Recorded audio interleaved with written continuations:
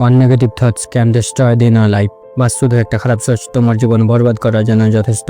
বাংলায় একটা বিখ্যাত প্রবাদ বাক্য আছে যে একটা পচা আলু পুরো আলুর বস্তাকে ড্যামেজ করে দেয়। ঠিক তেমনি মানুষের সোচ একটা খারাপ বিচার পুরো জীবনকে নষ্ট করে দিবে। তোমার জীবন আবাদ হবে না বরবাদ, সেটা পুরো তোমার সোচের উপর নির্ভর করে।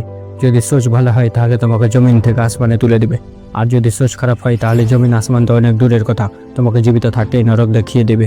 আমি জানি না তোমার বয়স কত বা কোন বয়সে এই ভিডিওটা দেখছো, আশা করি 20 থেকে কম নাই।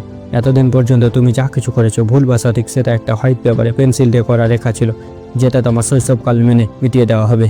কিন্তু আজকের পর থেকে যা কিছু করবেন বা যে ডিসিশনটা নেবেন সেটা একটা পাথরের উপর খোদাই করা লাইন হবে, যেটা একবার লিখে দিলে চাইলেও আর আপনি সেটা মেটাতে পারবেন না। এই জন্য সোচো, ভাবো, চিন্তা করো, যা কিছুর করা করো, কিন্তু ভুল করে ও রং ডিসিশনটা নিও না। কারণ এখন যদি সোচ খারাপ হয় তাহলে তুমি কোনো জায়গাতেই থাকবে না।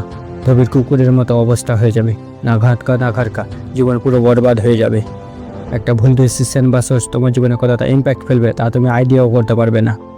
এক্সাম্পলের জন্য নোকিয়া কোম্পানি যখন আইফোন এবং অন্যান্য কোম্পানি অ্যান্ড্রয়েড আর স্মার্টফোনের দিকে অগ্রসর হচ্ছিল, তখন নোকিয়া কোম্পানি পুরাতন টেকনোলজিতেই টিকে থাকার সিদ্ধান্ত নেয়, যার ফলে সে খুব তাড়াতাড়ি বাজার থেকে পিছিয়ে পড়লো আর এখন প্রায় মার্কেট থেকে গায়েব হয়ে গেছে।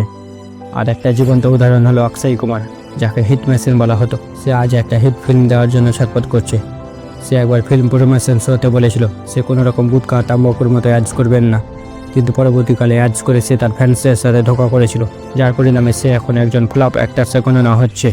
এইগুলো তো সব বাইরের কথা, কিন্তু খারাপ সোচ আমাদের জীবনকে ভেতর থেকেও নানা রকমভাবে বরবাদ করে দিতে পারে। যেমন স্বাস্থ্যের উপর প্রভাব, গলত সোচ থেকে ব্যক্তির মানসিক স্বাস্থ্য খারাপ হতে পারে, যার ফলে দুশ্চিন্তা, একাকিত্ব, মাথা যন্ত্রণা, ভারসাম্যহীন ও মানসিক অশান্তির মতো নানা রকম সমস্যার সৃষ্টি হতে পারে।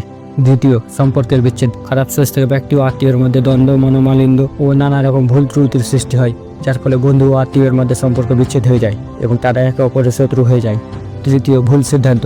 গলত সোচ ব্যক্তির সিদ্ধান্ত নেওয়ার ক্ষমতাকে দুর্বল করে দেয়, যার ফলে ব্যক্তি ভুলবশত খারাপ ডিসিশন নিয়ে নেয়, যা তার সারা জীবনে নেগেটিভ প্রভাব পড়তে থাকে, ফলে ব্যক্তি ডিপ্রেশনের শিকার হয়ে যায়। চতুর্থ, আত্মবিশ্বাস দুর্বল। গলত সোচ থেকে ব্যক্তির মান সম্মান ও আত্মবিশ্বাস দুর্বল হয়ে যায়, যার ফলে সেই ব্যক্তি নিজেকে দুর্বল ভাবতে শুরু করে এবং কোনো কাজে সফলতা অর্জন করতে পারে না।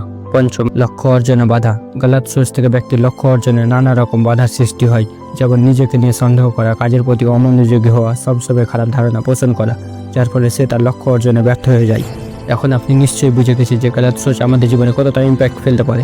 আশা করি আজকের পর গলত সোচ থেকে তুমি নিজেকে আর ফ্যামিলিকে বাঁচাবেন এবং দেশকে সবসময় এগিয়ে নিয়ে যেতে সাহায্য করবেন।